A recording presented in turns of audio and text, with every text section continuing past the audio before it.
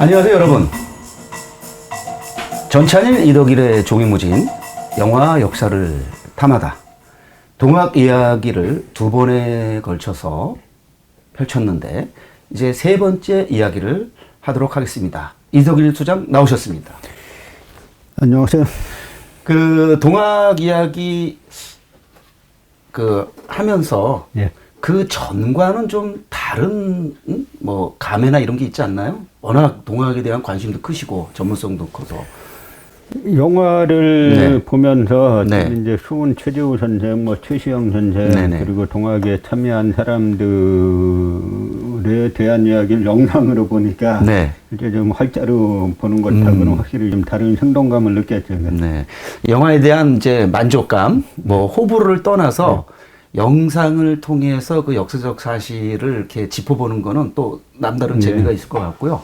사실 뭐 저희 그 구독자나 뭐 그 실제 그 시청자 수가 많지는 않더라도, 물론 이제 우리가 지금 한 달 조금, 한 달 열흘 넘은 거에 비하면 적은 게 아니지만, 많은 건 아니어도 아마 이 프로를 시청하시는 분도, 생각보다 기대 이상이다, 라는 그러한 느낌이 드실 거라고 보고, 저하고 친하게 지내는 분들은 가끔 그런 소감을 밝혀오더라고요. 그리고 제가 워낙 댓글 이런 건 안 보는데, 미처 생각하지 못했는데 이걸 또 해외에서 보시는 분들이 있잖아요. 네. 그래서 한 댓글을 보니까 러시아에서 러시아어로. 그래서 우리가 지금 하고 있는 게 정말 길게 보면 이게 우리가 대한민국만이 아니고 대한민국을 벗어나서 우리가 미나리를 통해서 코리안 디아스포라를 짚었습니다마는 디아스포라가 현실인 분들한테도 굉장히 큰 의미가 있는 프로그램이겠구나. 그래서 조금 더 열심히 더 분발해야 되겠다. 이런 다짐을 해봅니다. 지난번에 이제 개벽을 중심으로 해서 동학을 짚어봤는데 워낙 개벽은 할 말이 많은 영화입니다. 네. 그런데 이제 그 개벽을 조금 더 그래서 짚으면서 자연스럽게 개벽 이후 20년 만에 만들어져 선보였던 박영철 감독의 동학, 수훈, 최재우까지 연결해서 한번 동학 이야기를 더 짚어보고, 저희가 이제 처음에 동학나는 그냥 간단히 소개하고 넘어갔는데,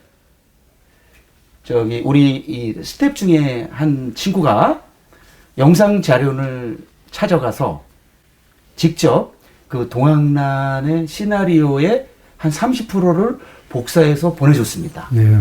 그 30%밖에 안 되는 건 저작권 문제라고 하더라고요.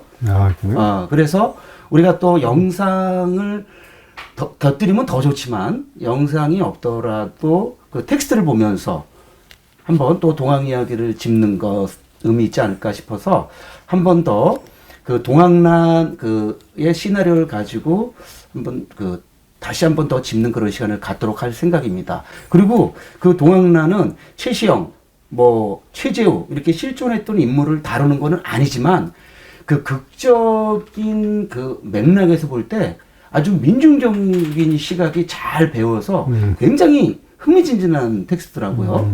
그래서 그것도 한번 같이 짚어보도록 하겠습니다.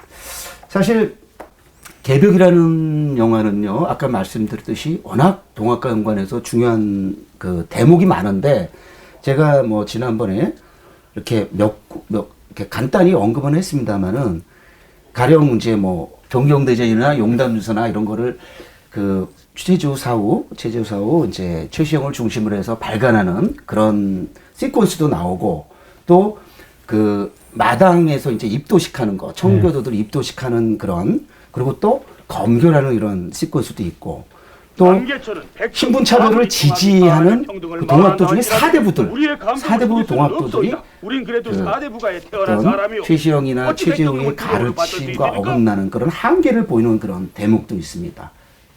그래서 거기 이제 남계천이라는 캐릭터가 백정인데, 그죠? 백정이 동학도인데 이제 사대부가 노골적으로 불만을 표시하는 그런 대목도 있고, 또 뭐 보훈 집회, 그리고 나아가서 지난번에 뭐 자세히 지적해 주셨습니다만은 해월과 전봉준의 이제 대립이 나오는 그런 장면도 있는데, 저는 그 두 대립은 영화가 그 영화에서 굉장히 중요시 사문, 중요한 주제이지 않나 이렇게 봤는데, 그거에 대해서는 이제 지적을 지난번에 한번 해주셨습니다만은, 좀 이따가 잠시 한번 다시 이렇게 짚어주시면 좋을 것 같고, 그리고 이제 말미에 보면, 이제 혁명과 이제 개벽의 미묘한 차이. 흔들리지 마십시오. 기포하면 안 됩니다. 우리가 싸워온 것은 혁명이 아니라 개벽이 아니옵니까? 우리는 이제 새로 세상이 열리는 거니까 개벽이 혁명이지 않는가 싶은데 또 혁명과 개벽이 조금 다른, 응? 그 만약 의미라면은 그것도 한번 짚어주시면 좋을 것 같고, 그래서 그 영화를 보시면서 그 아주 그런 시퀀스들을 이렇게 종합해서 한번 뭉뚱그려서 개벽에서 우리가 좀 관심을 갖고 숙지해야 될 것 한번 짚어주시죠. 워낙 뭐 여러 네. 말씀을 하셔가지고 네. 가장 그 중에 뭐 하나만 개벽과 혁명의 차이가 뭐냐 하면은 네. 정확히 뭐 규정 짓기는 쉽지 않을 것 같아요. 단지 이제 혁명은 우리가 흔히 체제 전복이라 그럴까, 한 네. 체제가 무너지고 다른 체제가 뭐 들어서는 걸 뜻하고요. 우리가 뭐 대학 다닐 때 혁명 많이 했던 것은 결국 뭐 그 막스 레닌주의가 주로 얘기해왔던 뭐 부르주아 계급이 무너지고 프롤레타리아 계급이 뭐 정권을 잡는 뭐 그런 의미였던 것 같은데, 그건 이제 사회주의 혁명의 의미고, 네. 보통 뭐 혁명은 프랑스 혁명 같은 경우도 있고, 그러니까 그 새로운 체제가 구체제가 무너지고 신체제가 들어서는 걸 이제 혁명이라고 하는데, 주로 이제 정치 체제적인 의미가 강하죠. 그러나 개벽은 그것과 더불어 정신적인 의미가 상당히 이제 강한 거죠. 말하자면 이제 신분제 자체를 무너뜨리고 한 사람 한 사람이 모두가 그 천주가 된다는 뭐 그런 의미. 이제 그 정치 체제만 바뀌는 게 아니라 그 정치 체제를 유지해왔던 이 사상, 정신, 이것이 이제 근본적으로 뒤바뀌는 정신혁명까지 의미하는 게 뭐 개벽이 아닐까 생각됩니다. 예. 그러면 뭐 혁명과 개벽을 우열을 따질 게 아니라 개벽이 갖고 있는 어떤 정신성. 사실 프랑스 혁명도 그렇고, 프랑스 혁명은 그 혁명이 주의자들이 표방한 것이 사실 현실화되지 않은 것들이 많아요. 그렇죠? 그리고 그 이후에 이제 공포 정치가 로베스피에르를 통해서 이제 펼쳐지기도 하고 그랬고, 당똥이라는 또 아주 중요한 그 중간적 존재도 거기서 결국에는 그 권력 싸움에서 밀려나고 죽음을 맞이하고 이런 게 있는데, 그런 점에서 봤을 때 그러면은 이 동학이 표방하는 개벽은 사실 그 기존의 프랑스 혁명으로 대표되는 혁명의 어떤 알파가 정신적인 차원이 결합되는 거니까 우리가 더 들여다봐야 될 그 몫이 있다고 이게 받아들여야 될까요? 예, 보다 근본적인 의미가 네. 담겨 있다라고 봐야 되겠죠. 네. 그러니까 지금 우리가 뭐 배신당한 혁명 그런 말들을 많이 하는데, 네. 뭐 배신당한 정권 그런 말도 하지 않습니까? 네. 막상 이제 혁명을 성공시키고 났더니 이제 막상 그 체제가 이야기하던 그 혁명 전에 이야기하던 체제하고 뭐 다르다는 거죠. 그래서 예를 들어서 뭐 앙드레 지드 같은 경우가 사실 이제 프랑스 공산 장관이었는데, 그 러시아 혁명이 성공하고 난 다음에 러시아를 방문하고 나서는 돌아서지 않습니까? 네. 자기가 원했던, 자기가 이제 바라봤던 그 혁명 러시아가 아니다라고 하는 거죠. 뭐 그런 의미에서 이 개벽이라는 것은 이 근본 어떤 체제를 바꾸기 위해서는 반상제도로 무너뜨려야 되지만, 그렇다 그래서 양반을 다 죽여야 된다는 또는 뭐 양반들을 갖다가 다들 뭐 그 주위를 갖다 거꾸로 떨어뜨리고 뭐 그런 뭐가 아니라, 그 양반들까지도 어떤 다 그 양반이나 쌍놈이나 똑같은 천주다, 하느님이다 라는 이제 그런 이제 큰 깨달음, 큰 어떤 이제 뭐 철학 속에서 진행되는 하나의 그렇게 진행되다가 결론이 이제 개벽으로 세상이 이제 그런 세상으로 뒤바뀐다고 하는 거니까, 뭐 차원의 높고 낮음을 떠나서 보다 이제 근본적인 변화라고 말할 수 있겠죠. 사실 이제 해월 최시영이 이제 전국 그 동학혁명이 이제 일어나기 전에 사실 갈등을 많이 하잖아요.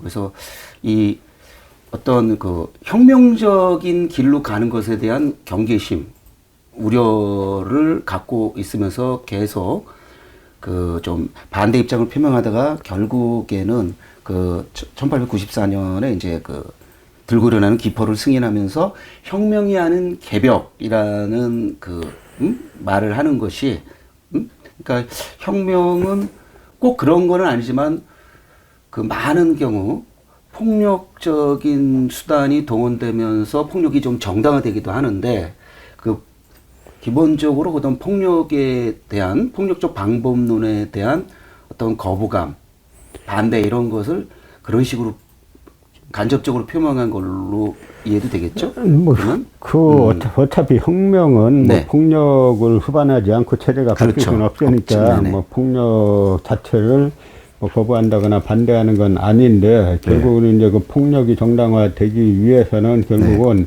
그 폭력을 당한 사람들까지도 안고 갈 수 네. 있는 이제 그런 그 철학이 담겨 있어야 한다는 건데요.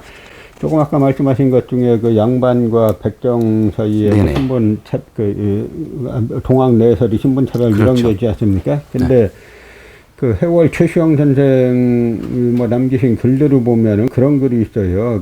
그 해월 선생이 청주에 어느 집에 갔더니 도인집이죠. 이제 그 도인집이 동학 도인집에 갔더니 그 집 며느리가 이 네. 포를 짜고 있다라는 거예요. 네네. 그래서 이제 그 집 주인에게 저 포를 짜고 있는 이가 누구냐라고 했는데 그 말이 무슨 말인지 못 알아듣는다는 거죠. 그러니까 그 당시 며느리를 갖다 시아버지 입장에서 상당히 자기 아래를 보고 했으니까요. 그러니까 이제 그 해월 선생은 하늘님입니다. 이 포를 짜는 저 여인이 하늘님입니다라는 답변을 원했는데 못했다는 거죠. 그래서 우리 도인들도 이런데 하물며 다른 사람들이야 말할 게 있겠느냐라고 하기 때문에 사실 그 지난한 과제였던 것이죠. 사실 지금 말씀하신 요 시퀀스는 영화에 굉장히 강렬하게 잘 묘사가 돼서 저도 그 대목 보고 정말 굉장히 큰 감동을 받았습니다. 저 배는 누가 짭니까? 제 며느라기가 정말 며느님이 짜고 계십니까? 예? 며느님이 하늘님이라고 생각해 본 적은 없으십니까? 하늘님이 며느님 속에서 고생을 하고 계시다고 생각해 본 적은 없으신지요? 아니 무슨 그 얘기를 듣고 바로 그 집주인이 그냥 무릎 꿇죠. 그러면서 바로 해월 최시영을 알아보면서 그렇게 이야기가 펼쳐지는데 사실 이제 우리가 곧 그 동학 수훈 최재우 그 박영철 감독 영화를 이제 들여다보면 거기서 수훈 최재우는 노비 문서를 실제로 태우는 그렇죠? 그리고 자기 첫 제자로 자기의 부인을 삼고 이런 정말 거의 완전 평등이라고 할 만한 이러한 설정들이 꽤 나오는데 자연스럽게 이제 우리가 동학 수훈 최재우를 이쯤에서 좀 구체적으로 소개하도록 하겠습니다. 이미 뭐 말씀드렸지만은 사실 제가 그 이미 뭐 소개했습니다만 이 영화는 2011년도 제가 부산국제영화제에 이제 프로그램을 있을 때 한국영화 담당 프로그램을 있을 때 이 영화를 그 뉴 커런트 섹션 그러니까 새로운 흐름 섹션에 초대해서 그 선보였고 그때 제가 그 부산영화제 프로그램 노트에 이렇게 썼는데 한번 그 길지 않으니까 그 한번 그 프로그램 노트를 한번 여러분들한테 그 읽어 드릴까 생각 중입니다. 여러분이 괜찮다면. 그래서 아주 간략하니까 그때 당시에 이렇게 평가했다라는 것. 지금 그 박영철 감독은 60대 중반입니다. 그러니까 그때 50대 중반인데 50대 중반의 신예 감독이 왜 이게 장편 데뷔작입니다. 7천만 원이라는 빚을 졌습니다. 빚어낸 시대극이다. 신념을 지키기 위해 지독한 소외를 넘어 죽음마저 마다하지 않는 실존 인물 수훈 최재우의 마지막 생애를 그린 발견의 휴먼 드라마. 자, 마지막 생에는 이제 1864년 그 최조가 결국 잡혀서 죽는데 그때를 집중적으로 다루면서 그 전에 9년 전으로 돌아가서 포독하게 되는, 그래서 그 두 시기를 짚은 영화거든요. 이렇게 했고요. 그 다음에 이제 저의 그 프로그래머로서 또 영화 평론가로서 평가는 이렇게 나왔습니다. 내적 몽타주가 돋보이는 정치한 화면 구도. 좀 어렵습니다. 내적 몽타주. 잠시 후에 설명하겠습니다. 그 다음에 가히 정중동의 미학이라 할 극적 흐름. 이 영화에는 카메라가 움직이는 적이 한 번도 없습니다. 항상 멈춰서 바라봅니다. 근데 그 안에 대단한 움직임이 있죠. 그리고 감독의 영화적 내공을 짐작케 하는 적잖은 오마주들. 요거는 사실 쉽진 않습니다. 왜냐하면 이 오마주가 뭐냐라고 우리가 또 구체적 인용을 들기는 쉽진 않은 거는 이 감독은 영화 매니아입니다. 그리고 굉장히 유명한 그 영화 전문가 필자이기도 한데, 그래서 진짜 저 같은 사람을 보면 이 사람이 이 영화는 가령 어떤 영화의 구도를 가져왔겠구나 이런 거를 알 수가 있습니다. 그런데 이제 여기서 그런 얘기까지 하긴 좀 어렵고요. 그 다음 비주얼 못지않게 섬세한 사운드 효과 등은, 저는 이 영화만큼은 사운드 연출이 뛰어난 영화를 생각해내지 못할 정도로 이 영화는 사운드 효과가 뛰어납니다. 음악 연출은 말할 것도 없고요. 그래서 이러한 영화의 덕목 등은 새삼 영화란 무엇인가란 예의 근원적 질문을 던지게 한다. 이 영화는 동학 수훈 체제는 크게 세 개의 챕터로 나눠져 있는데, 고문, 예? 그리고 그 포덕, 그 다음에 순도, 이렇게 세 개의 챕터로 나눠져 있지 않습니까? 그래서 이 영화는 이 스스로 그 주류 영화의 문법을 따르지 않고 있다라는 것을 스스로 드러내버립니다. 어떻습니까? 이제 벌써 우리가 끝내야 될 시간이 다 왔는데, 영화적 평가를 한번 좀 그 역사학자로서 또 영화 워낙 좋아하시니까 한번 총평을 한번 해주시죠. 그래서 그 관객 입장에서 영화를 네. 보니까 그 수훈 최재우 선생의 그 내면을 드러내기 위해서 상당히 노력한 것 같다라고 하는 그런 생각이 들었고요. 네. 그리고 또 이제 그 수훈 선생을 그 죽이려고 하는 인물 있잖아요. 네. 그 인물은 그 수훈 선생으로부터 잘못했다는 말을 듣기를 계속 이제 원하는 거잖아요. 그러니까 이게 체제를 엎으려고 하는 수훈 선생의 논리와 체제를 지키려고 하는 이 인물은 계속 이제 그 단순히 힘을 가지고 국가 권력을 가지고 간단하게 죽이지 않고 네네. 계속 이제 수훈으로부터 잘못했다, 이쪽 체제로 전향해라라고 하는 거를 끊임없이 요구하고 있다는 데서 좀 그 점이 상당히 좀 인상이 깊었습니다. 지금 저하고 완전히 합의를 됐습니다. 저도 이 영화에서 가장 인상적인 대목은 바로 그 지점이었어요. 그게 이제 고문이 1864년에 잡혀서 쭉 이제 고문이 이루어지는데, 실제로는 고문보다는 회유. 회에서 끊임없이 회유를 하죠. 그러니까 사상 전향을 요구하죠. 왜냐면은 우리는 동학이라고 하지만은 그 조영하는 이게 서학이지 뭐냐. 네 삐뚤어진 생각을 바꾸기 위해 마지막으로 다시 한번 말하겠다. 널 위해 정확하게 다시 말하노니 너의 신은 서학이다. 그래 부르지 마라. 엄연한 동학이다. 어? 그걸 계속해서 서학이라는 거 인정만 해라. 그러면 목숨 살려주겠다 그러는데, 그거를 거부하고 결국에는 죽음을 선택하죠.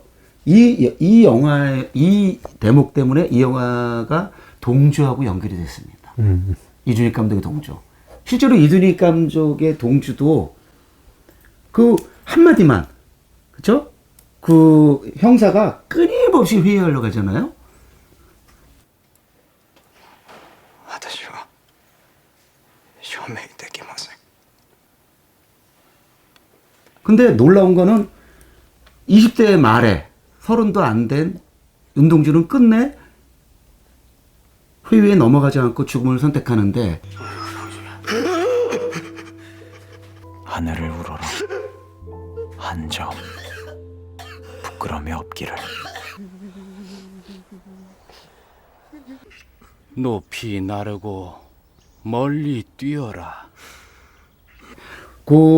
한 10년 조금 10몇 년 선배인데 수은 최재호도 죽음을 마다하지 않고 떠납니다. 그러면서 자기는 이렇게 죽지만 제자한테는 절대로 빨리 죽지 마라. 네. 그래서 고비 원주를 남기고 죽는데 개벽에서도 그렇고 이 수은 최재호에서도 그렇고 그 고비 원주라는 대목은 정말 강렬하게 각인되더라고요. 자, 자연스럽게 이쯤에서 마치고 동학 네 번째 이야기에서 우리가 동학 수은 체제를 좀 깊이 있게 들어가고 아까 말씀드린 동학낫 이야기도 조금 더 덧붙이도록 하겠습니다. 그리고 이제 참고로 말씀드리면 동학난과 동학란 두 가지를 다 표기를 쓸 수 있는데 그 영상 자료는 KMDB에 들어가면 동학난이라고 소개가 되어 있습니다. 리은이라? 난으로. 네. 그래서 저도 난으로 소개했는데 실제로 포스터에는 동학란으로 쓰여 있습니다. 저는 그 점에 대해 할 말이 있는데. 네. 그래서 그거는 예. 뭐 이거 덧붙이시죠, 뭐. 뭐냐면 이제 그게 일종의 이제 그 도움 법칙의 일종이잖아요. 네. 근데 그거는 도움 법칙이라는 것은 네. 이제 우리 언어를 갖다가 일본이 그 1912년에 언문 철자 표기법을 만들면서 네. 우리 발음을 대폭 제한을 합니다. 네네. 거기에다가 1930년대에 그 도움 법칙을 집어넣어 가지고 우리의 이제 언어 생활을 크게 이제 제한하는 건데 다 그렇지. 일제의 유산이에요. 예를 들어서 북한은 도움 법칙 인용 안 하잖아요. 도움 법칙 자체를 인정 안 하지 않습니까? 그래서 그냥 저희가 이게 뭐 저희 몇 사람이 그냥 인정 안 한다라고 해서 될 문제는 아닌데 네. 문제는 있다라는 거를 정확히 인식을 해야 됩니다. 란으로 발음되면 란으로 해야지 왜 국가 권력으로 강제로 리을 발음 못하게 하고 니은 발음으로 하게 하는 이런 언어에 대해서 이건 국가가 폭력을 행사하는 거예요. 네. 그래서 그 세계 추세하고도 맞지 않고 전 세계 사람들이 전부 다 리을 발음 안 하고 니은으로 발음한다 그러면 그 세계 추세에 따라간다라고 하지만 전 세계가 전부 다 리을 발음 다 하는데 왜 우리만 못하게 하느냐라고 하는 거죠. 이게 전부 다 일본 제국주의가 우리 민족의 언어 생활을 대폭 축소시킨 그 중에 하나가 바로 이 도움 법칙이 들어가 있는 겁니다. 앞으로 동학란으로 하고요. 제가 동학란으로 수정하도록 하겠습니다. 이미 나은 건 어쩔 수 없지만 너무 부끄럽네요. 왜냐면 저는 도움 법칙이 일제 식민기에 이게 잔재라는 거를 사실 지금 배웠습니다. 이래서 제가 저랑 동갑이지만 항상 우리 스승처럼 제가 여기고 있는데 그 점 감사하고 여러분 동학란입니다. 동학란이 아니고 물론 이제 표준 어에서는 동학란이라고 할지 모르지만 그래서 그 영상 자료에서는 분명히 포스터에 동학란이라고 되어 있는데도 동학란이라고 소개했습니다만은 이제부터 저희는 이 영화 얘기 나오면 동학란으로 발음을 하도록 하고 그렇게 여러분들한테 소개하도록 하겠습니다. 자, 그러면 네 번째 동학 이야기 네 번째 만나기로 하고요.